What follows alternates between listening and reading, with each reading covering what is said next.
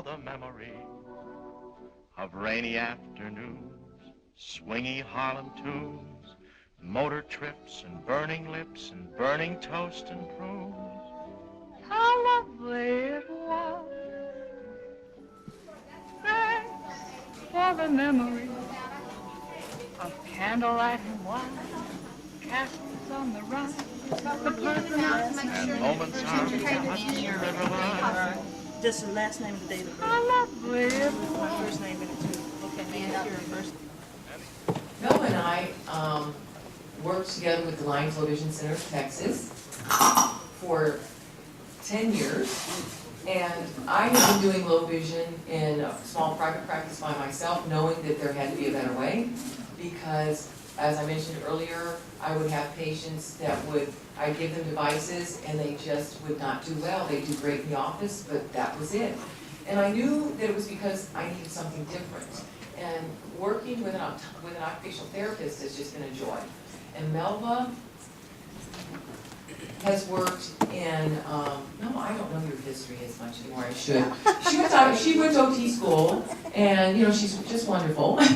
But what I like about working with occupational therapy is that they know all the comorbidities that can occur with somebody who has low vision, especially the older patients. So she is the one that I might suggest a magnifier and never notice that the patient had arthritis in their shoulder and can't really hold it very well. And so she is the one that works with the patients and looks at all their activities of daily living and gets them to do what they need to do, and can do the home visits. That is just huge for us as well. So she has just been with me for a long time, and I miss her terribly. I miss all this music. I mean, how can you be bored at work with this kind of music and dancing? So I do have a lot of it on my phone at any time. I'm a lot shorter than Dr. Fox. Sorry. Okay, here we go. So I can keep track of what I'm doing. All right, well, good morning, and thank you, Dr. Fox, and we'll get this going right away. All right, so I am an occupational therapist, and I have a certification in low vision as well, so that is my primary focus over at the Low Vision Center at the Health Science Center, and it's part of the Department of Ophthalmology. So, boy, with all that Dr. Fox just shared, certainly, again, with the aging eye, a lot of our patients, like she said, are waiting to retire so they can do all of these wonderful things, and then it becomes very difficult when the things that they want to be able to do require that fine detail and good acuity. So when our patients don't have that, what does it mean to them not to see well? And what we see, obviously, is they come in and they just are saddened by the fact that there is a loss of independence. They have to depend on their kids to drive them places. They have to depend on their kids to take them shopping. Moms don't want to go buy personal clothing with their son there. They certainly don't want their sons, although very helpful, to do their financial management. They don't want them to know every little penny that they spend. They want to do it themselves. Number. Please try again. And so the other thing is, because they no longer can do things as well, they may neglect some of their own self-care. They may not take their meds well. They may not take or read the information. Please enter the conference number followed by the pound. Well, and then the other, like Dr. Fox mentioned, a fear of becoming a burden to family and society, fear of losing meaning in life because they're no longer able to do even the smallest of things or enjoy their reading. And so for many of them, they lose hope. They stay at home, and the fear of, or rather the isolation. Can you hear me? Talking to myself? Hello? No, we can hear his. He turned the mic off for a second. Oh, okay. Shall I continue? Yes. Yes? Okay. Oh, there I am. Okay. So, and so it can lead to depression. So definitely a team approach is something that we advocate, because all of us that address these individuals, older adults, just need to be aware of how we can be a little bit of bring hope to their situation. So what do we know about low vision rehabilitation? As Dr. Fox just mentioned, we know that it is a process. It is a process that requires a team approach. It takes the doctors, it takes the therapists, it takes the social workers, it takes the family, it just takes a team approach. And our main goal is always to offer help. So they can't do things the same way that they did it before, but they will be able to continue to participate at some level. So as an occupational therapist, many of you probably know occupational therapists from traditional rehabilitation settings, and my focus is not much different in low vision. It is all about activities of daily living, enabling people to resume those activities, but my focus is on using that remaining vision, understanding how much vision is left, what type of vision is left, what impacts that vision, how can we compensate for it so that they can continue to resume the occupations or the activities that are meaningful to them. So my role, obviously, is a fun role. It's a busy role. Sometimes it's a crazy role because, you know, I've got a lot of hats that I wear. And so the more people that want to join the team, the better for me and for our patients, obviously. So it's to work in collaboration. Obviously, starts with a really good eye report so that I can understand what all is going on in the eye. Is it from diabetes? Is it from macular degeneration? Is it a combination of both?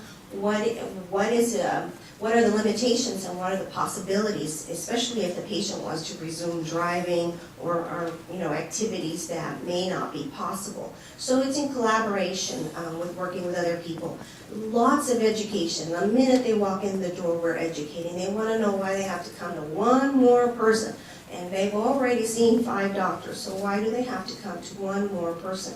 And so education becomes just a huge part of the process. And with our older adults, which is a large portion of the patients I see, they have to hear it more than once. And so again, everyone educating them on the same things is often very helpful.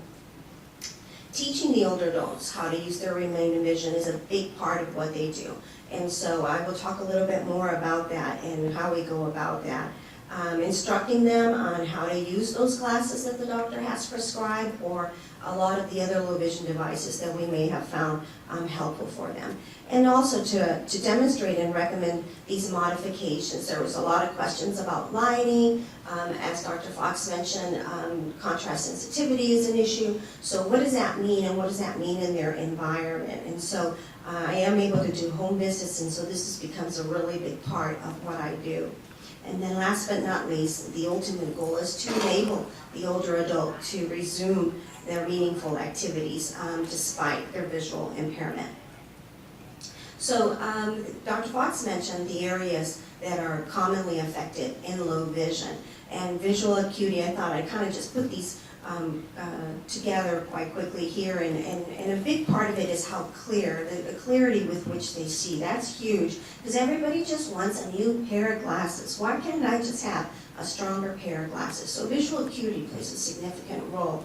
Visual fields, like Dr. Fox mentioned, a lot of these eye conditions can affect their central vision or their peripheral vision. So once again, why can't glasses just help me see better? And so it plays a big role in my education, and it plays a big role on my interventions.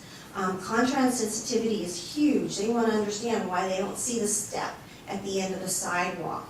Why can't they see the white rice on the white plate? Why don't they, why are they not able to see their items in the drawer in the kitchen as well as they used to?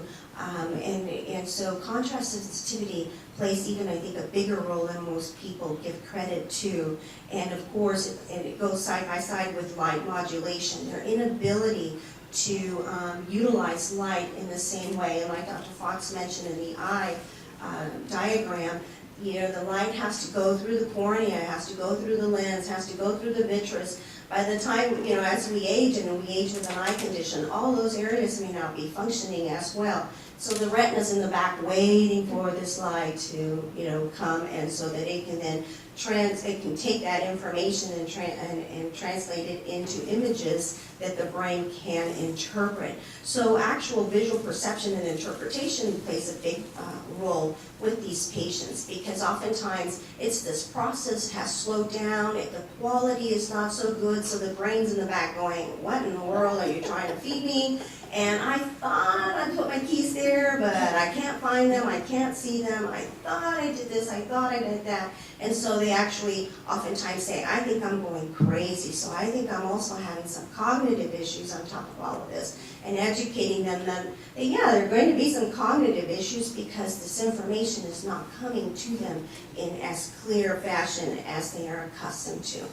And so studies indicate that even the slightest decrease in visual acuity, contrast, and visual field limitations can significantly impact all of these areas, which are just the performance of everyday activities, gait, posture, and stability, mobility, and falls. And so as our patients age, falls become a huge risk factor for them. And so we want to make sure that, at least from an acuity and from an eye condition, that we can accommodate for all of those things so that it minimizes the difficulties in these areas. So why do patients seek low vision? So studies show, and I can tell you from working at the Low Vision Center, that this is very accurate. I've been there 12 years, I think now. That why do patients seek low vision? First and foremost, for many, it's reading. It's just no longer able to read with the pair of glasses that they have. And so if they see me before they see the low vision doctor, they're going to see the low vision doctor just to see again about the best use of vision that they have. Or if they see the doctor, then they definitely have gotten a prescription that they have to get accustomed to, and so then I can do some teaching and training. But reading, driving is a huge one. It's one that I don't like to address. I've gotten better at it. I mean, my first couple of years I would avoid it and avoid it and avoid it. But you know, it is an activity of daily living, and it is an important one. And so having that conversation, family oftentimes is like, here you go, talk to them about not driving anymore. And so, you know, and even our medical doctors at our last faculty meeting were saying, whew, good, we're going to pass them on to you. You talk to them about not driving anymore. And I'm thinking, great, okay, bring them on, bring them on. And so I think for many individuals, they want to do the right thing, and they just don't understand. And so we have some objective ways of helping them come to their own conclusion that driving is not in their best interest. And the other reasons certainly that they come to low vision is to use these devices. They have heard of devices. Now these devices, low vision devices, are not covered through Medicare, they're not covered through Medicaid, they're not covered through insurance, they're not covered they're only covered through out-of-pocket. And so it's an out-of-pocket expense. The VA has a wonderful program. They do provide these services. If people are employable or they are employed and they have a visual impairment and they require low vision devices, then they most likely, we can connect them with resources to help them pay for those devices. But for the rest of us, they are an out-of-pocket expense. So they could be as simple as $5 or they could be as expensive as $5,000. Yes, ma'am. Well, my question would be if it affects the person's gait, the person's ADLs, and the person's falls, then the ramifications for seniors is tremendous. Absolutely. So Absolutely. Why in the world haven't why is Medicare and insurance not recognizing that? I mean, falls is a great risk and extreme expense. Absolutely. So, duh. Exactly. And there is a bill right now in Congress as we speak to recognize low vision devices as durable medical equipment. But this is the second or third time it's been there and it goes nowhere, and so it just hasn't. Is it because there's a lack of understanding, and maybe the people that are presenting it, are they aware of what they're presenting? Absolutely. I don't know the answer to that, but certainly the statistics indicate that, you know, it's a lot cheaper to, what is it, $5,000 a month in a nursing home, and so one device is $5,000, they can stay home, they can read their mail, they can, absolutely. And so, yes, so the numbers are there. It's just that I think it's kind of like take a number and let's listen to what everyone has to say. But absolutely, it is it's a good investment, but it's one that just hasn't come in time to help people get the devices. Well, hopefully Absolutely. the baby boomers will scream loud enough that. That's exactly right. It is. It's the graying of America, as they say, for the next 30 years. We will see a larger, older population who may have a greater voice as in the next few years. And so the problems obviously are lighting and glare and facial recognition. And just, again, because all of these things keep them in the house, they don't do as much. So what do we do about it? What do I, as an occupational therapist, do about it? Working as a team again, I get all the necessary information. So a big part of it is educating them, just coming at it from a different angle about what their challenges are, what their strengths are, what the possibilities are, and what's out there that we can do to help them. So education plays a huge part.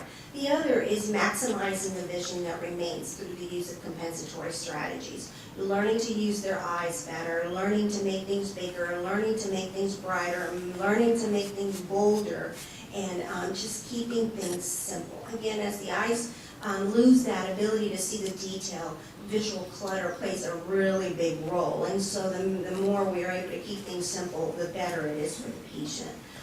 Training training plays a really big part, and I think that really is what differentiates an environment that provides devices as opposed to an environment that provides devices and training, because many times they just don't understand what those devices are.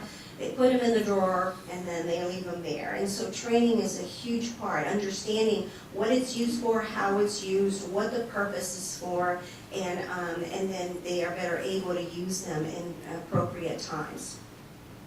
And like I said, I cannot emphasize enough the importance of collaboration with other healthcare providers. So education, it's super important, not just to educate the patient, but to educate the family. So many times when people come into the office and to the clinic for an OT evaluation, I have the family come in there as well. I talk a lot, and then in 1 hour I've got a lot to say, and so obviously the patient can't write and take notes, and so I really like the family to be available so that they can take the notes, and hopefully too, excuse me, I think I need to get my water. Sorry about that. I didn't even open up my mouth. No, it's okay. These allergies, I wish they'd go away. So absolutely, family is super important. For those that are have family in the waiting room, I bring them in. Our front desk individual, she always says, nope, you gotta go in there, you gotta take notes. And so the more that the family understand what's going on, because oftentimes, like Dr. Fox mentioned, if they have a central blind spot, a central scotoma, they get around really well because they use their peripheral vision. So there are comments like, I think my mom is faking it, she gets around the house really well, she can pick up a $1 bill from the floor. But, she tells me that she can't see the food on her plate. And so explaining to them, demonstrating why that is important so that they don't think. The other day I had a husband nudging the wife, see, I told you. Because he kept saying that he needed the lights on everywhere, all the time. And the wife just was like, I'm tired of wearing shades in the house, because the lights were on. And so I was explaining why that was the case and what we could do, hopefully, so that there could be a happy medium there between the husband and the wife. And so education is super important. And like I said, helping them understand the importance, the possibilities, and the limitations. And ultimately is to give them hope that there are things that can be done to make things better. So helping them, this is one of the big ones, is helping them understand why making things bigger isn't always better. I mean, it does make things good, but oftentimes magnifiers just make things bigger, but not necessarily sharper. And so that's why they want stronger glasses. That's why they want a magnifier this big. Don't you just have a magnifier this big that can go over the newspaper? I wish I did, but I don't. And I keep some really cheapy ones in the office so that I can show them what it would look like, and they're not very happy. And again, when you have an eye condition, the stakes are different, and you need stronger magnification. And unfortunately, the stronger the magnifier, the smaller the field of view. And so that's a big part of what I do in educating them why that is. Yes, ma'am. Now, now that you've got baby boomers coming up who have used computers, Absolutely. then if you've ever magnified a computer, we all know that. Absolutely, So that you'll be able to use absolutely. that as an opportunity to say, you know, when you increase the font on your computer, It just, you're you can't see chasing the whole after. page. Absolutely, Yeah. absolutely. Okay, good, And good. so making things bigger isn't always better in terms of magnifiers, but there are other solutions. And there's a purpose. These are great for spot reading. If you just want to look at a price tag, if you just want to look at who's sending what mail, if you quickly want to look at something just very quick and easy, there is a place for these devices. But if you wanted to read a novel, maybe not the best thing to use. So again, the other thing about a lot of these eye conditions, like I mentioned, they affect the clarity with which you see. They affect the amount of vision, central and peripheral. They affect the contrast. They affect the light. And so all of that information is trying to come together to land right on this itty bitty macula that's no bigger than the tip of a pencil at the very top, at the very back of the retina. That's where all of this information is gathering so that it can go through the optic nerve and onto your brain and tell it exactly what it is that you're trying to see. And yet it's an incomplete and imperfect picture. And so the brain's in the back going, what in the world are you trying to feed me? So there is an eye condition called Charles Bonnet syndrome. And we talk about this all the time with our patients. This is a question that I often ask, and the doctors often ask too. Do you ever see things that are not there? And you should see the jaws drop from the family members because mom says, as a matter of fact, I have. And then they go into this great detail about what it is that they're thinking, what they're seeing. And so the research indicates that these type of things are usually temporary, transient, and they really create no harm other than you understand at the moment that you're seeing something that you don't think that is there. And so we talk a lot about this, and it's good for the family to hear it because A, they didn't know mom was seeing things that were not there, or B, if mom has mentioned it and they were rolling their eyes going, I don't know what mom's been drinking or eating or doing, but now they understand that there is a cause of why they are seeing things that are not there. So this is a really big part of the education. So the other part is compensatory strategies, learning to use the eyes in the best possible way. Low vision is about not being able to surgically remove any of those obstacles or medically remove them, and so we need to use compensatory strategies, and it's in how they use the eyes. And because, like I said, a lot of these devices are so expensive, for some it is not an option, so they really need to learn to use their eyes. That's all they have in order to maximize the vision. For some individuals, even using devices, they have to learn to use their eyes in a better way. And so the macula gives us central vision and gives us detailed vision. So the macula certainly is affected in macular degeneration, but it can also be affected if you have diabetic retinopathy because that scarring leads over or is developed over the macula, so the macula can't see as well. And oftentimes in advanced glaucoma, there's vascular changes, and the macula is also affected. So the macula can be affected in more than one in many of these eye conditions. And this is something that they see. As they read, every time they move their eyes, that spot gets in the way.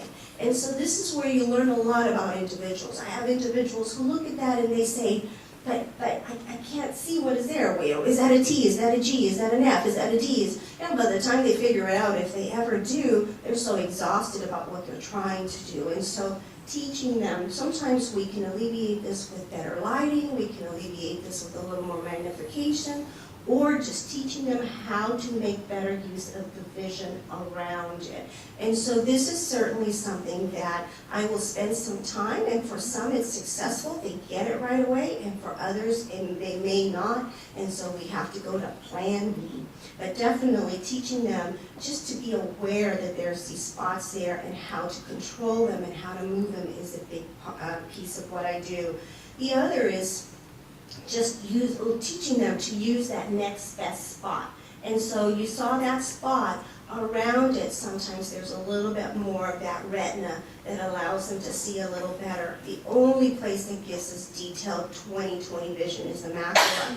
And so if anything's going on with or around the macula, they're not going to see with detail. So I teach them to use those spots, and that's where some of these exams that Dr. Fox was talking about are crucial, because she can figure out for me where those spots are that are good, and I can start right away teaching the person how to move their eye, move it up, move it down, move it to the left, move it to the right, so that they can try and make better sense of that vision that remains. And like I said, for some individuals, it's a wonderful solution, and for others, it doesn't work so well. And peripheral vision is another big part. And so this is a machine that we have in the clinic that helps me help them make better use of their peripheral vision. And it's a very objective machine, and it can be a lot of fun, but it can also just give them a whole lot more awareness of where those spots are and where these lights pop up and how they're better able to see it in their periphery. So again, emphasizing that there may be some good spots in their vision where they just need to be aware of, so that when they're out walking, they know how to position their eyes, they know how to position their head. If they're trying to find the keys on the table, if they look right at them, they're not going to find them because that spot gets in the way. So they need to move their head a certain way so that they can then bring it out into the periphery and see it. And so these tools are just ways that I can help them do that. Like I mentioned, for many of our folks, they just want to make things bigger. And to some extent, it's a big part of what we do. For some, it's not the best solution, but for the majority, making things bigger is better. And so sometimes you can just take a really close, you can just get closer to the television, get closer to the items you want to see, get closer to that person. And so just getting closer can help. Certainly making things bigger, brighter, bolder in what we call non-optical or low-tech devices. These are available through catalogs, low vision catalogs, and so these are good, quick solutions. You know, our little books where we keep our checks, and I have a hard time even with good vision, so making things bigger and bolder and giving them more space, and the person then is better able to continue to do their own financial management, which tends to be an important goal for many of our patients. The docs, the low vision docs, are really, really good at the optics. Most of the eye exams, like Dr. Fox explained, in an ophthalmology clinic are used to working within a certain parameter of kind of normalized. Well, we're used to seeing not so normalized, and so our eye doctors really are much better at the optics in terms of trying to make things better, bigger, but and just a tad better for that individual with reading. So oftentimes, you know, our reading glasses are plus 400s or plus 600s or even plus 800s, but with each of that addition or separate pair of glass, because for many of these folks, we don't recommend they put them on their bifocal, because guess what? It'll create more falls, depth perception issues, and so a separate reading glass is often what the doctors will prescribe.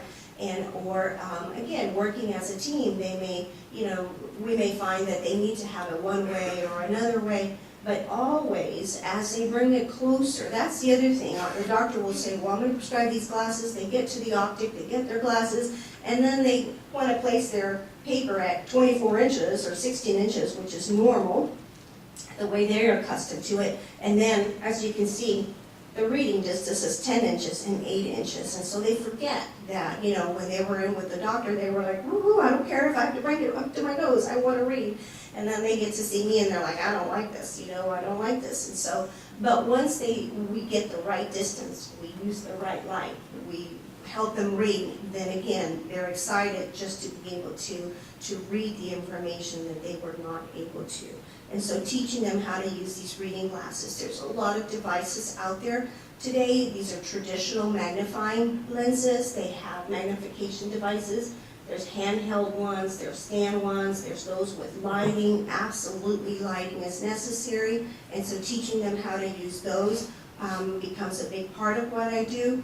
There's the more electronic one these days. It's kind of like a big old iPad, you know, but they're pretty steady. So whatever you put underneath it is projected onto the screen. There's a camera in the back and it's inverted, and so it'll pick up this little device, and so then they're better able to see the refills, they're better able to see the numbers, and so again, making things bigger, brighter, bolder. And so this is something that pretty much is pretty heavy, about, I don't know, what, 50 pounds, probably a little less, but patients can't pick them up and go from one room to another. So the good is that it can do all of these. The bad is that, you know, they left it in their bedroom and now their den is where they like to be. And so these can be a little tricky in terms of mobility. But these are handheld devices. It's kind of not much bigger, or about the size of the new iPhones. You know, they're a 5-inch screen, and so they do the same thing. They make things bigger, brighter, bolder, and more portable. So Dr. Fox, you can take one of those to the restaurant when you need to read something. And so the beautiful part about these is that they really are designed for people with low vision. They've got bigger buttons, brighter buttons, and all of that, but they also have a pretty high price. So something like this is about anywhere from the $500 range to the $1,000 range, and something like this is easily a $3,000 device. So talk about them being durable medical equipment but not covered right now is makes them pretty cost prohibitive for a lot of our patients. And so we are thankful for the VA VIS program, and we're thankful for the state vocational rehab program who can provide some of these devices, but our seniors, not so much. And so these are wonderful solutions, but are not always readily available. So I scour the city looking for used ones so that people know to donate at times to us, and we are able to help people, but for the most part, it is the responsibility of the individual. And so other devices, like I said, just making things bigger, brighter, bolder, using those same principles with small cell phones or telephones or financial issues. Using this, I mean, this one lady, I went to her home and she wanted to continue to paint. And so this is how she used this machine. She would put the painting down here, she would magnify it, she would view it here, and then she would paint there. So this is how she was able to continue painting, and she really enjoyed it. And she had some paintings up at La Villita, so she was bound and determined to continue to paint. And so oftentimes, I mean, that's what it is. It's just looking for solutions to help people resume activities. And then, of course, everybody, if they want to play bingo, there's always these inexpensive ways of just making things bigger and brighter and bolder for our individuals. Talking devices, when those patients' vision it goes from a more moderate to a more severe impairment, and again, not being able to see the detail is as easy, then there are talking devices rather that we can access. We can get through catalogs, or we can there are some organizations in town who can at least help with some of these not as expensive devices to help people at least be aware of the time, know when their Viatrans is picking them up, and those kind of things. And so there are some talking devices, a lot more glucose monitors that speak also, so that's something to consider with your diabetic patients, making sure that they are able to see it or hear it or understand what they're doing so that they can provide their self-management in a more timely manner. Writing, something as simple as just making the print bolder with a bolder pen, so they can use something like a Sharpie. Out in the low vision world, there's a marker called a 20/20 pen. Unfortunately, haven't been successful in getting Office Depot or any of those local offices to carry them.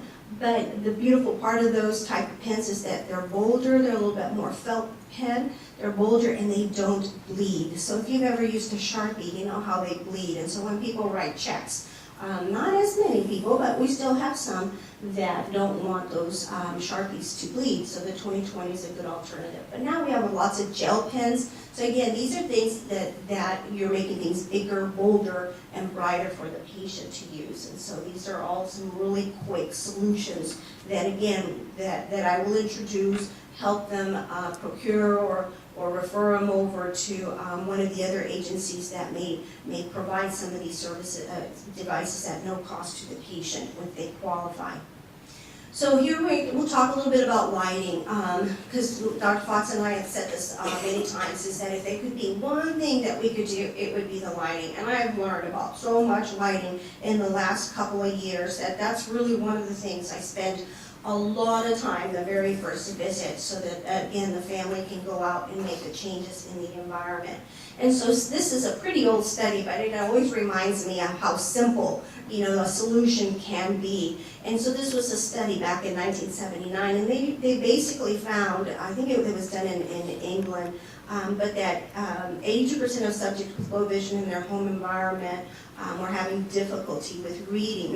Task lighting contributed to significant improvement in reading in 82% of the subjects with low vision. And they basically found that if they added a task lamp and if they brought the light closer, that it didn't even matter about the intensity or the brightness of the bulb as much as just bringing the light closer. So I'll explain. People were talking about ambient lighting. So even with our normal vision, ambient lighting sometimes is just not enough. So ambient lighting is the lighting up in the environment. And so what we find with these individuals with low vision is that, again, they have difficulty with that transmission of light back to the retina. The retina is going to take that light. Usually the retina is very good about taking that light, converting those signals or converting that information into an image, but it needs the right amount of light, and it just knows exactly how much light to give you. Well, as we age, and as we age with an eye condition, it's not as effective. And so ambient light as we get older is not enough. So ambient light is more for comfort. What the person really needs is task lighting. And so these little lamps is really the better solution. Something like this, an architect lamp, a full spectrum lamp, a lamp that's going to bring the light closer to that individual. Like I mentioned, with a lot of our low vision folks, we use stronger reading glasses, which means they have to get closer. So again, they're blocking some of that light that's in the environment. So bringing the light closer to them, you can't go wrong. But then I do spend a lot of time to find out which light is better. Is the incandescent lighting better? Is the full spectrum lighting better? Is the compact fluorescent lighting better? Is the LED lighting better? And it may be different for every individual. Glaucoma, got a lot going on in the optic nerve, and it's super sensitive, so too much light can actually turn them off because people with glaucoma may be too uncomfortable with too much light. And yet someone with macular degeneration who have a pretty dense spot in the center of their eye just can't seem to get enough light. So for them, more light is better, a whiter light is better, a brighter light is better. And so I have learned some things down through the years, but it never, again, everyone's an individual, and so I try different lights when I go to home visits, and we try the LED lights. LED lights are great at removing glare, so that is one of the areas that they do super well. The CFLs, the compact fluorescents, do super well in a dark closet, but they can create some glare, and so if glare is an issue, an LED may be worth the investment. And LEDs, if you've tracked them, have come down in price significantly. So a good middle of the road brightness bulb is about 800 lumens, which is about the area that are great for reading. And so a good LED bulb with 800 lumens these days is about $8. So that's come down a whole lot from $20 a couple years ago. So our patients, I spend a lot of time in their home because like Dr. Fox mentioned, I do home visits and it's like being in a cave. So I go in there, we start changing lights, we try to make the husband happy by leaving, yellow ambient lights, but we make the wife happy by keeping keeping task lamps that have a wider light and they're better able to read their recipes in the kitchen. Because you can have the best fluorescent light, you could be at the airport and still not see well because those lights are too far, they're too far away from where they need to be reading. And so you could be at HEB and still they will need a little LED flashlight to help them. Yes, ma'am? Does Medicare cover your home visits? Yes, Medicare covers my visits in the clinic or in the home. So yes, those are considered medical necessity. Mm-hmm. Yes, absolutely.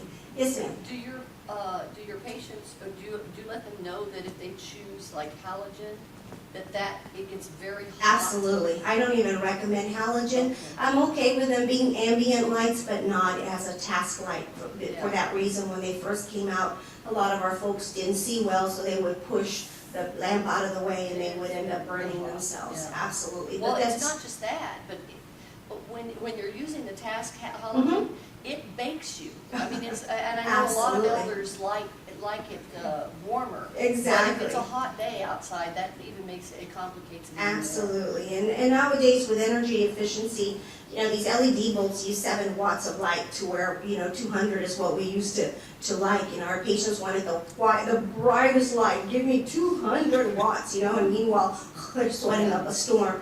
And so educating them again on the fact that efficiency has now kind of taken over these bulbs, and that's okay, but really that's not the area that I focus on. I focus on the brightness of the bulb and the color of the bulb, because with these eye conditions, that's what's going to make a difference. And so, again, just even simple techniques. The example about the white rice on the white plate. And so many times the wife is like, yay, we're going shopping, I'm buying new plates, because now I'm going to use different color contrast depending on the kind of food that we may have. And you don't have to go overboard and buy a lot of dishes, but certainly you can understand why if they're putting, the white rice or white chicken or something on a white plate, it's going to make it a lot more difficult. So a little bit of contrast goes a long way in helping individuals identify things a whole lot better. And every one of these eye conditions, we're going to see contrast sensitivity issues. Keeping things organized, keeping things simple. I mean, I think we all live here. We all have some of these drawers at home, and our makeup counter, or maybe our sock counter, or maybe our utensils or our work tools look like this. So kind of slowly moving to something more simple and organized certainly will help that eye not get so cluttered, and make better use of lighting and just simple type of scanning. Keeping things really, really simple. I love these little step things, and people then can put their cans on there and they can see them better. We can mark the cans with just a white piece of paper with bold letters that tell you the time, the date you bought them, or what you bought. And then when you use that can, you remove the paper, you set it aside, and then that's the paper you take when you go shopping. So you know how many cans of corn you use that week, or how many you need to replace them. So making things bigger and bolder in their closet with a lot of lighting is something that I often spend some time doing with individuals, is just helping them get reorganized. And so the environmental modification, I mean, this just kind of carries over, and this is why doing home visits is super important, because I can help them all I want in the clinic. And my kitchen actually looks like this in the clinic. This is kind of how the kitchen is set up in the area where we're evaluating. And I love this setup, because I sit in front of this area right here. I have a table, and I usually have the family face this area, so that while I'm talking to the individual, the family is going, oh, I see what you did. Oh, I see that you marked the microwave. Oh, I see that you marked things on here. And so again, taking all those principles and putting them in the home environment. Things as simple as using puffy paint, and so that they can mark things on their oven, so that not only do they see it, but they can feel it. Using these little bumps right there so that they can put it on the medium, and they can turn the knob and connect it, and let them know where the medium is in comparison to where they're turning the knob. And so these type of things are easy. The more difficult ones are those newer, obviously, stoves and so forth, where it's really hard to see that LED background. But these guys here, there are simple ways of just using furniture buttons, or using puffy paint to mark things that won't damage their equipment or their appliances. So this is just a little square that I have with a bunch of bumps, and I just share with them that you can even use Velcro, or you can use foam, anything to help them use their fingers a little bit more. And so these are some things they can do. Computers, there's lots of technology, and so with that I have to consider, so yes, there's an iPad, yes, there's computers, but are they able to cognitively use them? Are they able to physically use them? And what are their personalities, their habits, their Their roles, are they accustomed to doing these things, and are they worth pursuing? Because there are a lot of options, but there are a lot of limitations and frustrations as well. But I do spend a lot of time trying to adapt computers. There's a lot of software out there that you can purchase to help the computer make things bigger, brighter, and even speak to you, as this particular software does. There's a lot of simple keyboards these days that make the print a whole lot bigger. There's obviously iPads and Kindles. There's good, there's bad, there's ugly, but one thing they do is make things bigger, brighter, and bolder. And so from a reading perspective, these have become really good tools. If they have a loving family member that can set them up, get the Wi-Fi set up, the whole thing, then they're able to then utilize it with greater ease. But I have a lot of 80, 90-year-olds on iPads and iPhones, and so some still shy, but lots of them still getting in there. And then there's some free services through the community that we can get them talking books. This is a talking book service here through a Library of Congress up in Austin. So that's a free service. And then this is a local service through our Low Vision Resource Center. It's called the Owl Radio Service, which provides just little, it provides news and reads magazine articles 24 hours a day. So these two are available at no cost to anyone with a visual impairment. So we get them connected with these type of equipment. And so Dr. Fox talked about the Low Vision Coalition, and I just kind of wanted to list a few up here. It's not all, not everyone is listed, but this is the majority of the people involved. And we all came together over 10 years ago, pretty much like it says, is to foster a community that understands and values blind and visually impaired by promoting awareness and collaboration. So this group has come together, and we work really well at referring, and so the bigger the group, the better, so that everyone is more aware of the low vision resources and needs in the community. What I wanted to share were just really quickly some case studies. One, again, just showing the team approach and just in some of the simple and maybe not so simple at times. But this particular one was a 65-year-old female that we've been seeing for years and years and years and years and years.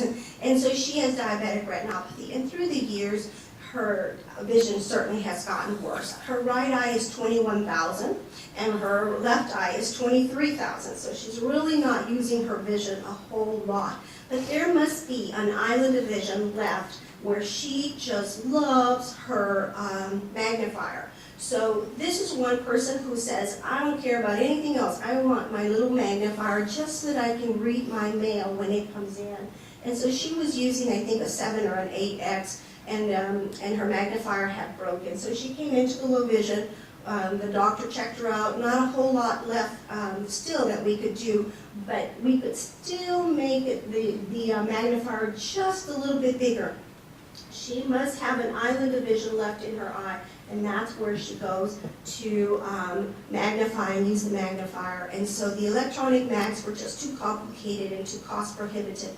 But she did super well with a 12X handheld magnifier. We referred her to the San Antonio Lighthouse. They purchased the device for her. We issued it, we trained her, and she was good to go. She was really happy. And so this is just a really simple approach, but this is someone who went in there on a mission and said, this is what I need. This is another gentleman who we had, a 70-year-old gentleman who was a retired professor and an author, who had been diagnosed with Parkinson's. But after he saw the neuro-ophthalmologist, he was actually diagnosed with progressive supranuclear palsy. Yes, it came up. Yes, and so if you've ever seen any patients with progressive supranuclear palsy, it affects their eye muscles. And so I was fortunate enough that I had seen a few of these over at University Hospital when I was there, and so I understood that one of the difficult things for them was moving their eyes downward. And so the neuro-ophthalmologist had seen them because they were having double vision. One of the eyes was a little bit more than the other. And so they were able to correct some of those problems with the eyeglasses, prism, and so forth. But one of the things is that he was an avid reader, loved to read, and so was still having intermittent double vision. So when he came to see me, lighting was an issue, so I helped him with that. Contrast was an issue, so I helped him with that. But I think where I really was able to help was just bringing the reading material from down here, which was difficult for him to do, to up here, which was so much better for him to do. So we just got him a big reading device, not reading device, just a stand, and then he was able to put his books and his reading material, and he said he was really, happy with that.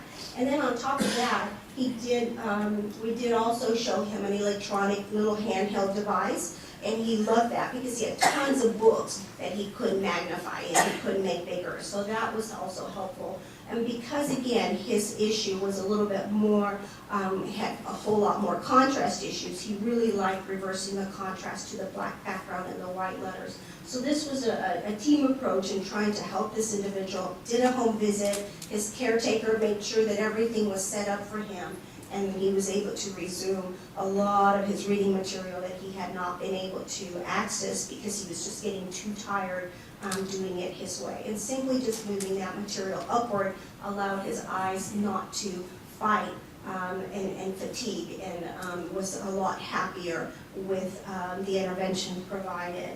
And then last but not least is this lady that we saw. She's a 74-year-old female with wet macular degeneration. The last time we saw her, I think, was about 2 or 3 years ago, and her macular degeneration had been stable. So as you can see, her right eye is 20/50, but her left eye 20/200. And so this person uses primarily that right eye for everything. She still drives on a limited basis. She paints, she gardens, she and her husband travel. And so she's a busy woman. And so, I could tell that she was a little too busy to be there that day, but she definitely wanted to come and get her eyes checked again. So one thing that she was complaining is about things were disappearing more. She noticed that when she would set down the keys, they disappeared, facial features disappeared, and then she was also seeing things that were not there. And so her goals were to be able to read again, drive again, continue to drive, and remain as independent. So as it turns out with her, I'm going to show you a picture. When the doctor did the eye exam, this is what she looked like out of that right eye. Remember, she has 20/50. So this part here illustrates the blind spots. Sometimes they're not round blind spots, they're spotty spots. So when she looks through this little island of vision, that's where she can see 20/50. If she were to look through here, it may not be 20/50. But this is the right eye. Well, this is the left eye, so her whole central area she's not able to see. And so if she were to look out of her left eye, she would be in a whole lot worse shape. But if she were to look out of her right eye, she'd really have to work at concentrating and keeping the vision there. Well, like I said, she was complaining that she was losing things more. She was afraid she was going blind. She went back to her doctor, said, am I really going blind? Is this it? And he said, no, you're pretty stable. It's wet macular. We've got it under control. You're doing well. So when she came to see me, I said, okay, see, if you had the word, I just kind of put that there. If you bop your eyes up and down, you can make the word newspaper appear and disappear. This is what people are saying. Sometimes I can see it, sometimes I don't see it. Why is that? I can make it, show up, but then I lose it. Well, that's what happens, is that these blind spots get in the way. The other, again, if you were just looking out of the left eye, you would never see the word newspaper because that spot is in the way. Well, I said, okay, well, these are individual, but guess what? When you're using both eyes, the brain perceives it differerly. Dr. Fox, you can do one eye, you can do the other, but when you do the exam with both eyes, you get a completely different picture. So this is her scotoma, her blind spot with both eyes. So before is with each eye individual, and sometimes we call it retinal rivalry. When people get tired, one eye kind of favors more than the other, and so this is where a lot of that confusion, comes in. And so educating them that sometimes their eyes get tired and they can go back and forth, but for the most part, on a good day, they come together and can either make the picture worse or better. And in her case, it was better. And when we compared this picture to one that Dr. Fox had done a couple of years ago, there's maybe a little bit more growth down here, but it's out of her main area. So she was ecstatic. Yeah, I'm not going blind, the spot's moving, but it's down there. And so I let her live in her world and enjoy where she was at, because really she was functional and she understood that spot wasn't getting in the way, although it was growing here with both eyes. She could just move her eye just slightly lower and the word newspaper would appear just fine. If this individual would bring the eye upward, then this blind spot would interfere. But in her case, it was not in her central area, so she was really happy. And I'll just tell you a quick part about her in terms of the Charles Bonnet. I had asked her, do you see things that are not there? And she said, as a matter of fact, on the drive over here, it was that 1 week when we had had lots of storms, she said, I was driving with my husband, and she said, and I see this woman, it's pouring down rain, and I see this woman, she's got a turban, and she's got this beautiful top, and I'm thinking, why is that woman walking in the street? She said, I just wondered, why would she be walking on such a rainy day? And she said, but, my husband was driving, and she said, we were on our way over here, and she goes, and then when we got close, oh my God, she said, I was so embarrassed, I didn't even want to tell my husband. It was a yucca plant. It was a yucca plant with a white top, and she said, oh my God, it's a yucca plant. And so she said, I said, oh, that's called Charles Bonnet. She said, yes, I know, Dr. Fox told me about that 2 or 3 years ago. And then she said, at that time with Dr. Fox, she said, I came to Dr. Fox and I said to Dr. Fox, Dr. Fox, I see things that are not there. She said, I'll give you an example. There's this man in front of my house, and he would not go away. He just kept lingering in the front yard. He kept lingering, and she could say, and I kept thinking, why is that man hanging around in the front yard? She said, finally, after a few hours, she said, I could tell you he was wearing black. He had a black top hat, and it was detailed. It had a little satin. I mean, like, the detail was unbelievable. She said, I finally got tired of this man sitting in my front yard. So she said, I decided I'm going to open the front door, mosey down a little, and see who it is. She said it was a fire hydrant the whole time. It was a fire. Why I didn't remember it was a fire hydrant. So those are the kind of things, definitely, that kind of keep us going. And I'm amazed. But at the same time, just reminding her that Charles Bonnet syndrome is what she's experiencing. She had a change in vision, so that, again, that's when some of these things appear. And she was able to implement some of the principles we discussed again in her motorhome, because they were headed to, I think, Seattle, and she said, I won't be back till September, so I'll see you when I get back in case anything changes. And so that is basically it, and our ultimate goal, obviously, is to help keep people engaged in activities. And these are just paintings from people with visual impairments in our clinic that we keep. These are some really intricate art things that a lady with very advanced macular degeneration continue to do, even in her advanced stages. And then again, it's just the simple things in life for some people that just want to remain engaged, have meaning, and want to just be productive and don't want people doing too much for themselves. On. All done. Any questions? Yes, ma'am. Okay, you've got a lot of information. No. It was great, but you've got a lot of abbreviations that I want to know what they are. Okay. Okay, you had PDR, and you said it was progressive. Oh, progressive. That was this gentleman here. Progressive supranuclear palsy. Oh, okay. That was the eye condition. Well, that's PSP, right? I just put on a PSP, progressive supranuclear palsy. Okay, what's PDR? Oh, that's proliferative diabetic retinopathy. Oh, okay. Sorry. Proliferative. I Yes, figured ma'am. it was diabetic retinopathy. But Yes, I didn't know. and the proliferative is when you've got that leaking component part in there. Okay, and you said AMD. Is- AMD is wet macular. No, What's the A stand AMD is for? age-related macular degeneration. Age-related. Mhm. Okay. And that's usually the acronym used, but it could either be wet or dry.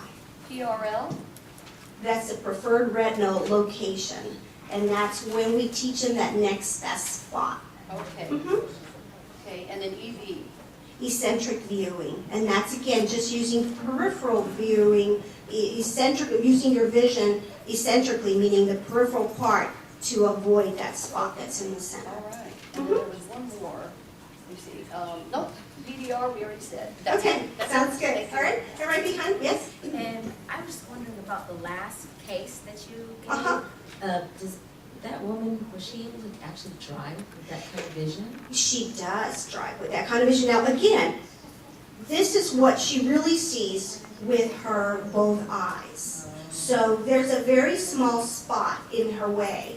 And it a lot depends on that density of that spot too. And that's where the dogs can do further testing to determine. Sometimes these are just like a little film in the earlier stages, and then other times. And so this is definitely a conversation that we have, because if she looks at the visual acuity, she's considered to be 20/50. So that's within a restrictive driver's license. But we have that conversation that driving is a lot more than just acuity.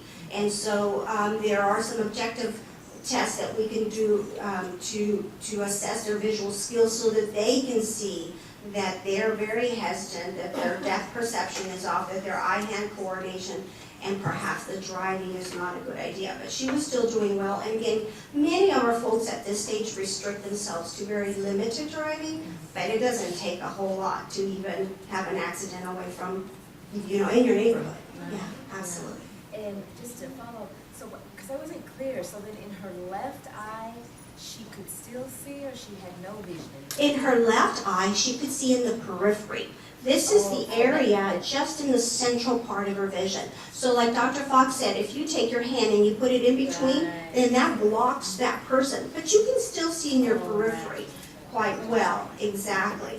And then a lot depends on how big, that gets up to the central part. But the macula is responsible for giving us detailed vision and central vision, and that's what you're seeing here. Yes, sir.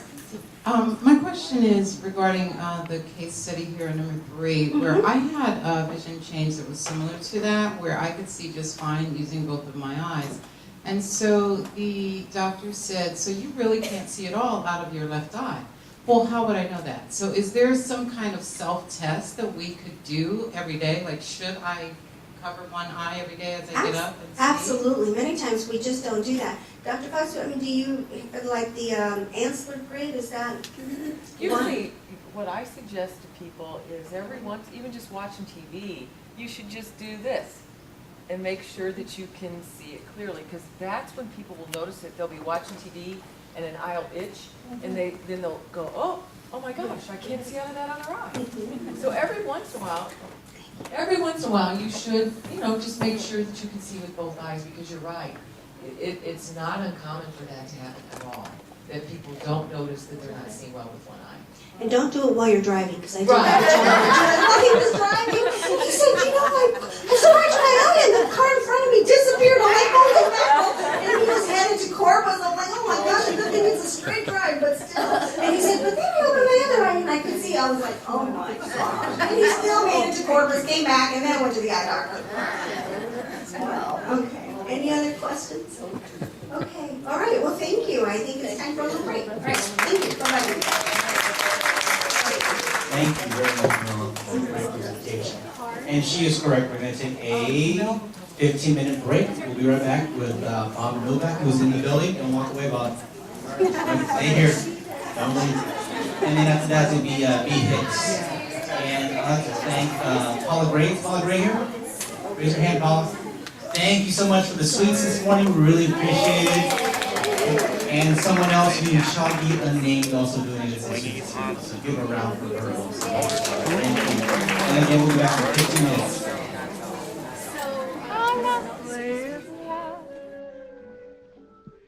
Thanks for the memory of candlelight and wine, castles on the Rhine, the Parthenon, and moments on the Hudson River line.